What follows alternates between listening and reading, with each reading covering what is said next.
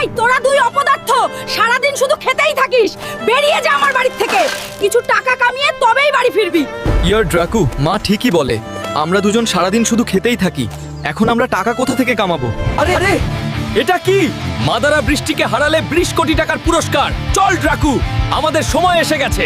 Ladies and gentleman, আজকের লড়াই হবে নারুটো বিস্ট আর মাদারা বিস্টের মধ্যে। ড্রাকু, আজ আমাদের ইজ্জত রাখিস ভাই।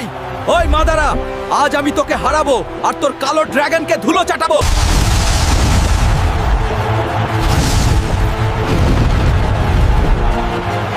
বন্ধুর প্লিজ লাইক সাবস্ক্রাইব করে ড্রাকুর সাহায্য করো।